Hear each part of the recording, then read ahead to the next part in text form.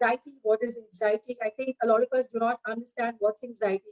A lot of us, during this time, there's, news to thank and, so much negativity and scare that we're experiencing. I think a lot of us, probably are dealing with, short sleep, or when we get, nervous, we get stressed. There's, challenges with the breathing pattern. A lot of times, we just basically have our head in our hands and we don't know what to do. I think the pressure of work has increased for all of us now that, so many of us do not have help at home and we're all managing together, ourselves.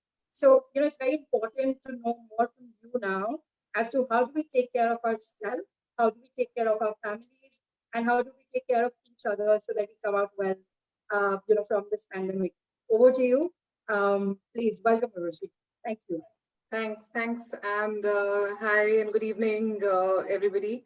I think what we are working with today is very unusual circumstances, and for all of us, very, very unusual in the way that we are being made to work at home and the way that we are being made to work in offices as well. And of course, some of the responses within us, some of the reactions within us are new even to us. So we're going to talk through one particular feeling that, talking to many people through the COVID times, I understood that there's a sense of anxiety, there's a sense of worry, there's a sense of lack of control. So we're going to share with you just a few simple tips, a few simple ways in which we can manage ourselves a little bit better. And please feel free to write in your questions in the chat box. Please feel free to ask the questions on the Facebook session as well. And here we go with how we can do with working through anxiety. I'm going to take a glimpse first as what has happened right now. 1 month earlier, we were in a very different world. In February 2020, things were going fine. It was looking up. Everything looked positive. And in March and April, 1 month later, what hit us was a whole lot of news about the virus, about the medical statistics of it, of how the economy is going to be impacted. Through April, through May, we realized that no jobs are actually being lost. We probably know friends or we ourselves have experienced a transition at work, which has been very, very difficult. Profitability in organizations has gone down. So there has been very real threat to ourselves. There's been very bad news on the job front, on the financial front, and we've not been prepared at all to deal with any of this. It hit us so hard from February to June, where we are right now. The world is turned really upside down. And what's happening to all of us with this upside down world is that we are feeling something is unfamiliar, we are feeling something is stressful, we are feeling anxious. So let's talk about this feeling called anxiety. What is it, right? And it's important to define anxiety that all of us might be feeling and anxiety that might take a clinical form. So it's our bodies or our mind's reaction to the current situation, which is the whole COVID situation, the financial situation, the world situation that we are experiencing right now, and it's completely unfamiliar. It's causing uneasiness, it's causing distress, it's also causing worry in us that am I going to be the next person who may not have a job? Some of us experienced pay cuts, and that doesn't land down very well with us as well. Some of us might be feeling anxiety, which is very generalized, which is just a state of being stressed out. It's not specific to a worry, it's not specific to a job loss, it's not specific to a person, but it's just a generalized sense of dread that we might be feeling. And I do want to distinguish over here that a certain amount of anxiety, if we are feeling it, that's all right, because a little bit of anxiety and a little bit of stress actually helps us to perform better. We study for our exams because we worry, are we going to do well enough or not? What's happening now is because the situation is so much out of our control, because the situation is so unpredictable, because the situation is so volatile, we have a sense of complete helplessness. We have a sense of being out of control. And here's where the anxiety is playing up for many of us. And here's where we need to notice what's happening to us. There are two kinds of anxiety that we would like to look at, depending on how long is the anxiety lasting for you and what is the intensity of the anxiety. And today, for the purpose of this conversation, I'm going to focus on anxiety that will be faced by any of us in a given situation like COVID. We're not going to be going into the clinical symptoms of anxiety too much, but I'm going to make a distinction over here. If the length of time of anxiety goes beyond a week, if it helps, if it's stopping you from doing your regular work, if it's coming in the way of your routine, then that's the kind of anxiety that needs immediate assistance from a medical trained professional or a psychologist. But if it's anxiety that is responsive to the external environment right now, or it is something that you can pinpoint and the duration is less than a week and the intensity is not such that it's interfering with your work, that's the kind of tips that we're going to be focusing on today. It's important also for us to realize that, you know, where does anxiety come from? It's coming from us perceiving the outside world as dangerous, as perceiving this uncertainty, this loss of control which we are facing right now. It's making our brain stem, which is the most primitive part of our brain, and it's gone into a shock in response to danger. There's either the mechanism that we're activating, which is to fight it out, and we feel very stressed, and you'll find your muscles are clenching, and your teeth are gritting, and your body will show the anxiety like this. It could also be that we feel completely frozen, and we don't know what to do. We don't know how to respond, right? And it could take the form of escape. And that's what Nidisha was talking about, that we just don't want to deal with it. We want to move away. We don't want to be in the situation anymore. So the most primitive part of our brain is sensing this situation as dangerous. It's reacting to it in a fight or a flight or a freeze mechanism. And we're going to talk a little bit more about how you will see this take place in each of us. If the response to the COVID situation today is hitting our emotional brain, we will see that we have mood changes. We'll see that we have changes in the way that we come across to other people. And if the changes are hitting us at the thought level, what should I do? How can I manage? What's going to happen to me? You will see that the anxiety is manifested at the thought level. And through the simple tips that we're going to talk about, what we really want to do is engage much more of our mature thought, to engage much more of our Socratic thought, and see how our thought can help us control the anxiety that we are feeling, and how simply addressing it in the body itself can help us manage the anxiety that we are feeling in the body. So what I like to do is to look at the manifestation of this anxiety in three different places. Yeah, so the first one, we're looking at anxiety which is felt in the body. So if I am feeling the danger of the world outside, if I'm feeling out of control about the world outside, it may be that I feel it through my body in various different ways. Another person in the same situation may not feel it in the body, but you might notice a change in their mood.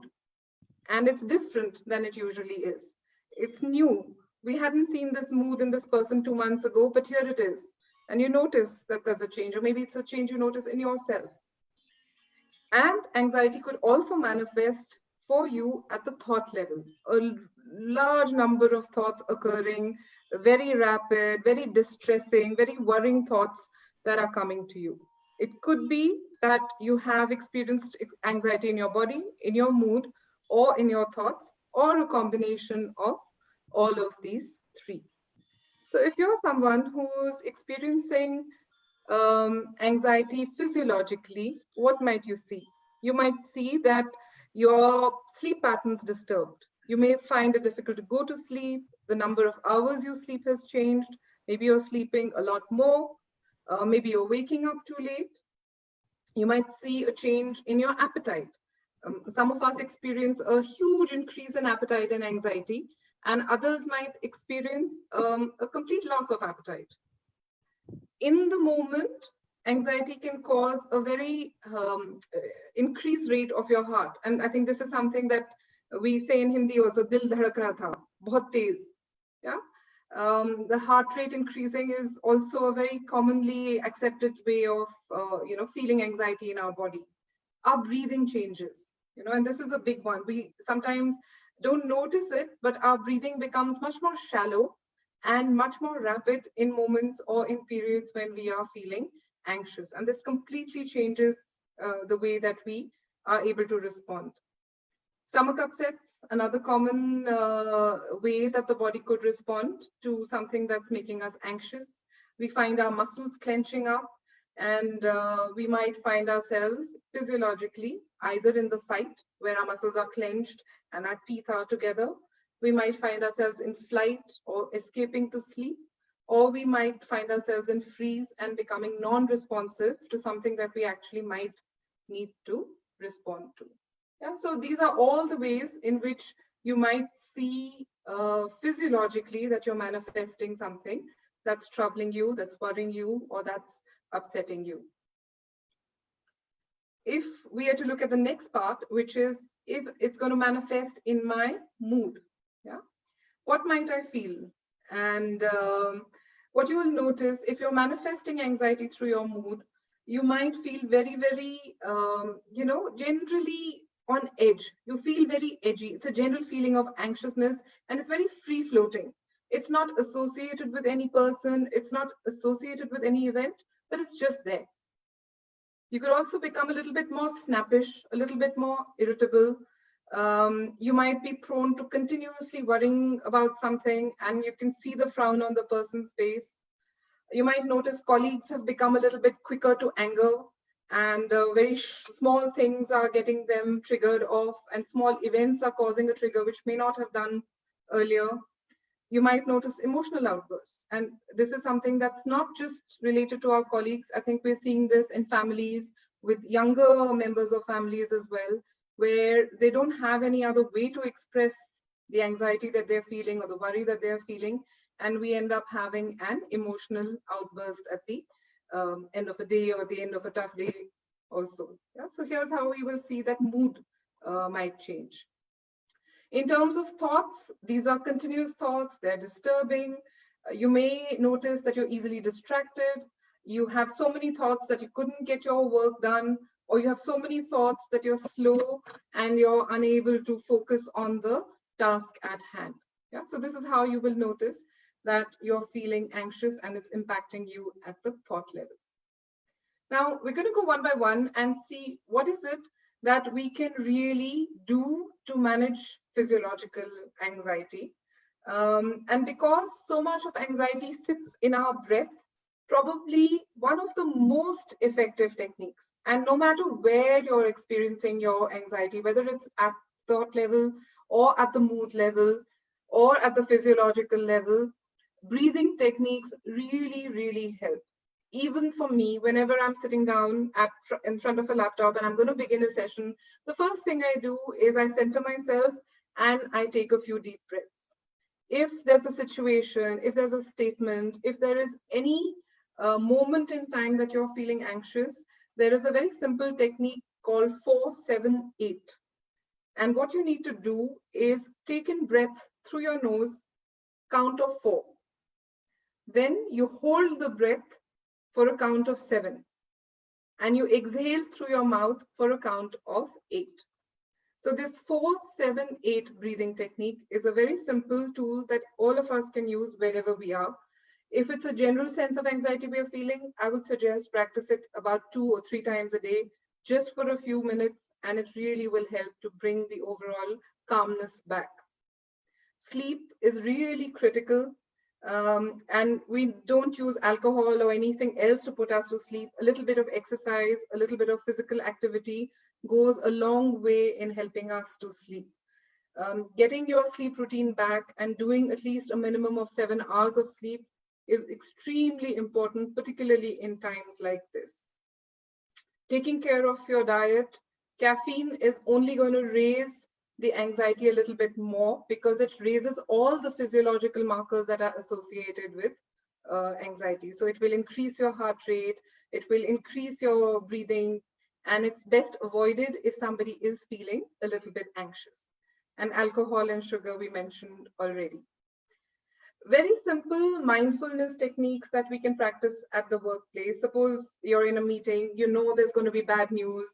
It's been 3 months. All of us have not met our targets. Our bosses are worried that we're going to, need to find new ways to make up the targets. And there's this stress for organizations. There's this stress for teams. There's a stress for all people together. So many businesses are changing. My friends in the aviation sector are really wondering what's going to happen to their entire journey. They've spent 20 years in aviation, but the world is changing completely. So when you're negotiating moments like this, it helps to focus very much on the here and now.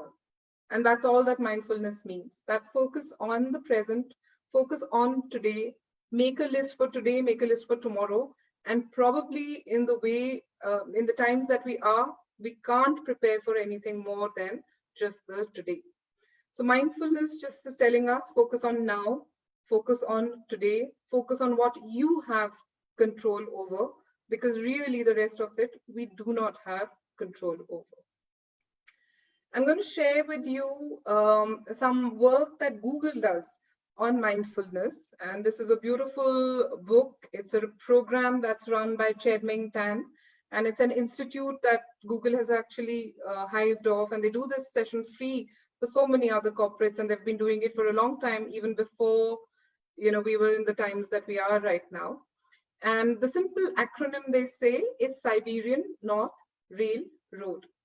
And what does this mean? It means that the moment that you're feeling out of sorts, the moment you're feeling that this is getting too much for me, the moment you're feeling overwhelmed, stop and breathe. And the reason there is so much focus on breath is because it's the one activity that is both in our conscious control and in our unconscious control. If we don't focus on it, breath happens on its own. But if we focus on breath, we are able to regulate it.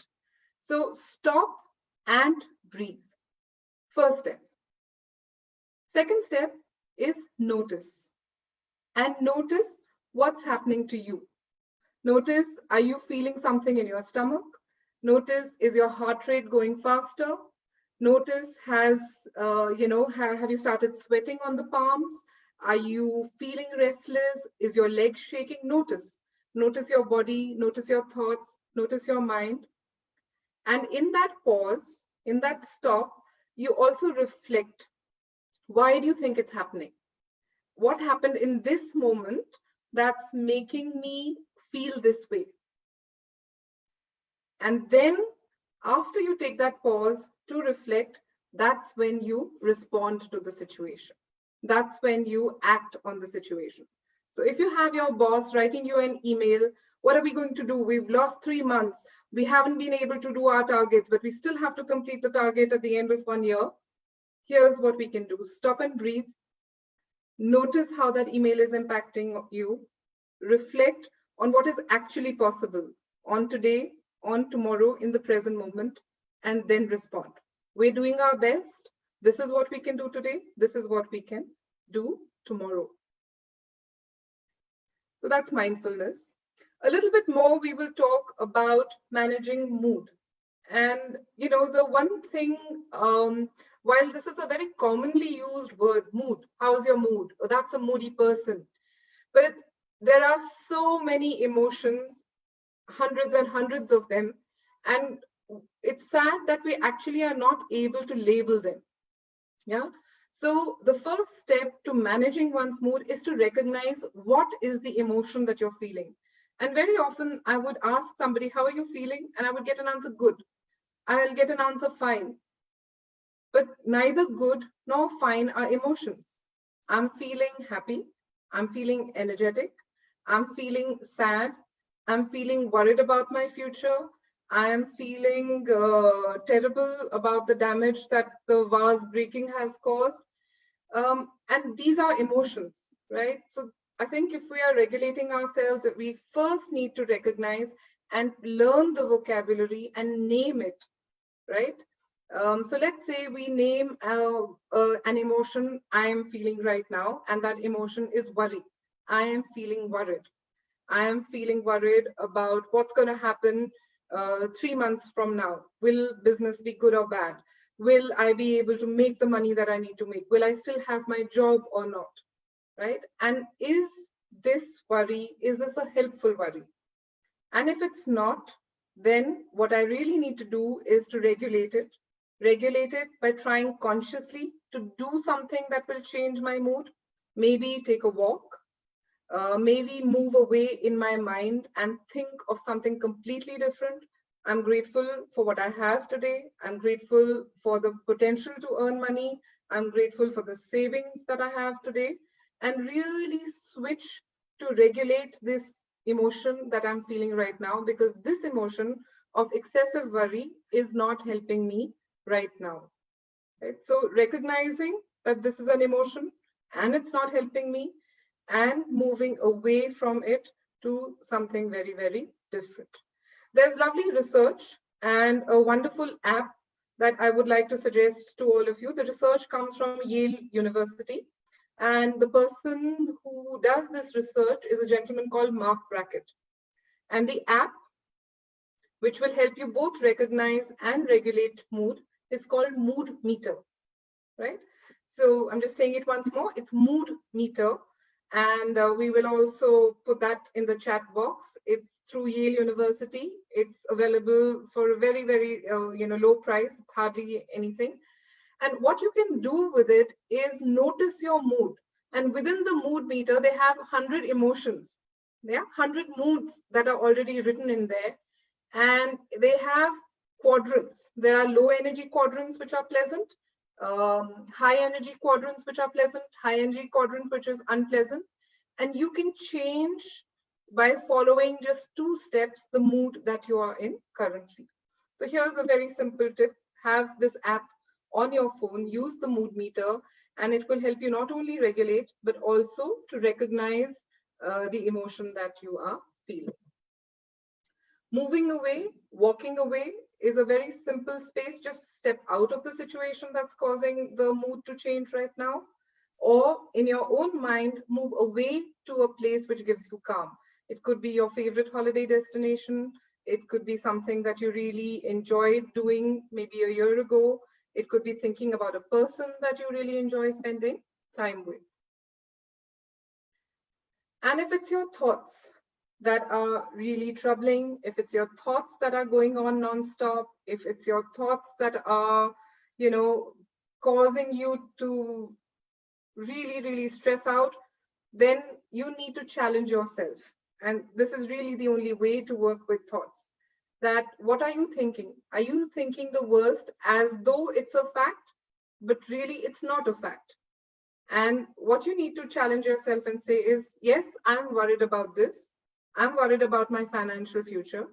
But the fact is, I have enough savings for this next 6 months. I will be fine for the next 6 months. Is this thought helpful for me or not helpful for me? And again, if it's not helpful, present yourself by writing it down. That is this really a fact, or is it something that is coming in the way of me being the most productive I can? Because if anxiety takes over, if thoughts cause the anxiety, which is too much for us to negotiate, we're actually not going to be productive. It's going to interfere with the work that we need to get done. And we go down a downward spiral, and people around us will notice, and they are likely to also feel equally concerned about us.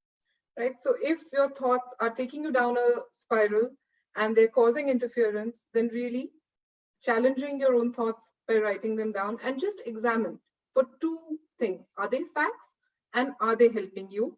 Are they helping you deal with your current work? Are they helping you deal with the current situation that you might find yourself in? One very simple but very effective way in which we can manage ourselves is to hold on to something which is permanent for us. Because the world is changing so fast, I think we each have a person in our lives who's permanent. We each have some positive energy from at least one person who is there for us unconditionally, and making contact with this person on a regular basis, whether it's a video chat, whether it's a phone conversation, it's a text, or it's the person you're living with. This connection, this connectedness is so important right now. The groundedness, the energy that it will bring to you is really, really tremendous. So focus on it. If you're with that person, drop everything else and just be with that person. You don't know how it might be recharging your batteries. It might give you the energy to deal with something outside, which is very, very difficult for us to deal with. Yeah. And in the same scheme of being connected, here are some things that you might like to notice in people around you. If somebody at home and you see them changing a little bit, yeah, you see that their appetites change, their sleep patterns changed, your colleague at work is eating alone, they are not focusing so much at work, they're looking listless, the way they dress up has changed. So if you're noticing things like this, please reach out. You can connect. And they may be somebody you don't know very well, but you notice these signs in them. Please reach out, have a conversation, just a sidebar. Maybe they need just to talk to somebody. Maybe they need a professional person to talk to, because if the anxiety is lasting for more than a week, if it's so debilitating that you can't manage to come a little bit out of it, then you might need a professional. And most organizations at this moment are offering employee assistance programs where you can speak to a mental health professional. During this time, there are lots of free helplines that are available for support. You could suggest to your colleague that they might like to reach out over there. And to anybody who's experiencing any of these symptoms, you might like to suggest to them, if it's going beyond a week, the length of time or the intensity of the anxiety, if it's too much, then really an EAP or a professional is something that you might like to consider at this moment. And I want to end this part before we move into the question answers to say that even one conversation, even one connected conversation, even one moment in which you can reach out to a person can change their mood, can change their thoughts, can make them feel a whole lot better. So as much as connecting to your significant others can support you and ground you and make you feel better, your intervention to somebody else, your reaching out for that one chat, for that one conversation may affect somebody and make them really smile and bring a change in their day, and you don't know that. So that's all about how we can manage and what are the simple ways in which we might like to take a little bit of control in the world that we are finding is way, way beyond our control right now. So I'm going to stop my share and happy to have a discussion and questions from everybody. Awesome. Thank you so much, Urushi. I think that was really insightful. Got a lot of understanding on, what is anxiety and, how is it that we can help one another, or how do we recognize the signs of feeling anxious? I think that's the most important. But, guys, all of us can definitely, add in more questions in the chat box. I can pick those up and, ask, Urushi for you. The first question, though, comes from my end. I just wanted to understand, Rishi, how does one, recognize, what is the distinction between, having perhaps a regular anxious behavior or, probably when it escalates? How do I distinguish between the two, and when is it that I say I need help? I think that is very important to understand the distinction. What do we do about that? So I'm going to just play two simple rules of thumb. If the anxiety is lasting too long, if it's going in duration for more than a week and it's really interfering with the day-to-day work that you should be able to get done, that's a cause of worry. Or if the intensity of the anxiety is so much that you're not able to cope even in that moment, right? And sometimes what happens, we may have such rapid breathing and so much sweating that we have to drop everything else, right? And it's our heart beating too fast, our breathing is going too rapid, and we can't sit, we can't stand when we're sweating profusely. So if you're having, symptoms like that, you might be having a panic attack, and you need to consult a professional at that point in time. And if it's of an intensity which feels uncomfortable, but you can live with it, then there is something that you could do by yourself to manage it through the week or the days that you're feeling it. Okay. All right. That's great. I think I've received a question on personal chat here. Somebody asks, is anxiety always a bad thing? A very interesting question. Is it always a bad thing? Yeah. I actually spent so much time talking about, what you can do about anxiety. It's almost like we're wishing it away. But it's important to look at the other side. When we have too little anxiety and we're just not interested, particularly in organizations, you'll find people don't perform. So it's actually a moderate amount of anxiety, which is very helpful. It makes us perform better. It makes us worry about, are we doing well enough? And it makes us do a great job. Too low anxiety, if we are too chilled out and too relaxed about something, we're not going to put our best foot forward. So somewhere in the middle is an optimum amount of anxiety. It's when it starts interfering with life, if it becomes too uncomfortable to bear, or it manifests in too many physiological symptoms, that's when we need to worry about it. Got it. So Arun here asks us, how to control anxiety when someone is stressed out.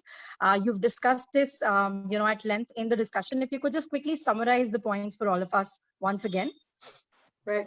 So a quick summary, I think to manage anxiety, the first one is just breathing. In that moment, whatever's causing your anxiety, let it wait, let it stop. And if you have Google's acronym, Siberian North Railroad, just stop and breathe.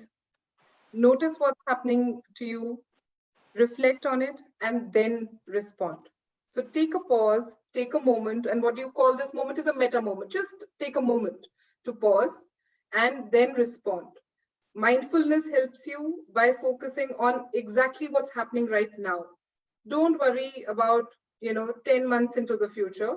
Think about the immediate present. Stay grounded to the immediate moment. And the third one is to take a short walk. If it's in that moment that you're feeling it, step out, take a short walk. If you can't step out, close your eyes and just, go away to a place that's comfortable for you, or it's vibrant for you, or it's energetic with you. And the fourth one, stay connected to the people who recharge your batteries, and keep connecting to the people and make sure that you talk to them, you spend time with them, you connect with them in whichever way you like, because this is what's really recharging your batteries for you to take on the world right now. Awesome. That's great. I think when you talk about recharging batteries, there's a quick question, that comes to my head, and I've received another query here. We're all sitting at home, we're all digitally connected, and I feel cause of, a lot of anxiety for us is our gadgets, our laptop and our phone that we, usually sleep on. At night, I think there are two questions that I have here. Perhaps you can just quickly share a pointer or two with us as to what do we do about, this increasing intrusion of gadgets in our life. That's one. And second is that how do we take care of, when we're not able to sleep at night and we think to ourselves, what is it that we do? I mean, I'm sleeping at night and I'm thinking, oh, I can't sleep. What do I do with those thoughts? And how do I calm myself? Because I feel that's also somewhere anxious behavior. Yeah, sure. So I think gadgets is a very, very critical piece to look at. And because we've all been indoors and we are working through gadgets, gadgets have become so much, part of us. It's almost an extension of us right now, and we do need them for work. What used to happen earlier is we would go into an office, meet colleagues, interact, have meetings, and have our gadgets. And then maybe the gadget became a way in which we unwound at home, watched a movie, listened to a song, or caught up on something that we like to do. So we've lost the connectedness that we had in offices. We've lost the interaction that we had by meeting colleagues. And we have continued with the gadgets in the way that they were an aid for relaxation. So I think if our gadget has substituted our work, then we also need to substitute our connectedness in different ways, which could just mean going out, connecting with nature. A short, just sit on the bench. You don't want to walk, sit on the bench wherever you can. Just go down below your building and experience nature for whatever you are able to see. No gadgets after 10 p.m. is something that I think is a very, very useful tip to give. Not many of us will follow it. But the later at night that we're seeing a gadget, the blue light from the gadgets is going to interfere with our sleep. So I think gadgets is really a no, because we're doing so much of our work on the gadgets right now. We really need to shut it down and interact with something other than our gadget. And if it's books, if it's listening to music, if it's talking to somebody, if it's cooking a little bit, these are all ways in which to wind down at night. And if the thoughts are coming to you, if you are worried about how much sleep am I getting, you're actually going to interfere with whatever little sleep you could get. The thing to do again is, just try and focus and pay attention to your body and do a body scan. Which part of me is feeling not relaxed? Do I notice that my, my legs are clenched? Do I notice that my heart rate is a little bit faster? So when you're thinking these thoughts, I can't sleep, do a body scan mentally and try and locate in your body where you find that a little bit of stress might be, jammed up, and see if you can relax your body consciously. Can you release the muscles which are jammed up a little bit consciously? Great. Awesome. Thank you so much. I think that should help. A body scan should definitely help.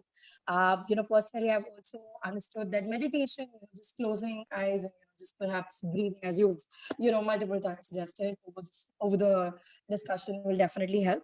I think that's it in terms of questions. There is Mr. or Miss Jagdish here who asks if there is a helpline in Pune. I think we'll be happy to share, some more details on that with you on an email. We have your mail ID where there's a question on, sharing of the presentation. We will definitely get back to you on this as well. I think, Urvashi, with this, we come to the end of our discussion. It's time. Thank you very much for your, your advice and your, discussion, all the details that you've shared with us. I think really, really helpful. Should help us, and we'll also send out details to everybody on the chat and otherwise who've registered to see what is it that can be done in this regard. So I think we have I'm getting a lot of personal messages on the chat asking for a session repeat. Quite a few people have asked that. We will definitely get back to you on this. We have an episode 2 coming up of the wellness series next week, Friday. We'll keep you guys posted. Urvashi, thank you so much for your time. Thanks a lot. Thank you, everybody. Thank you, everybody. And I wish you have a good weekend. Thanks a lot. With this, thanks, everybody. Thank you, Urvashi. Thank you. That was Take very care. nice. Thanks. Bye. Thank you.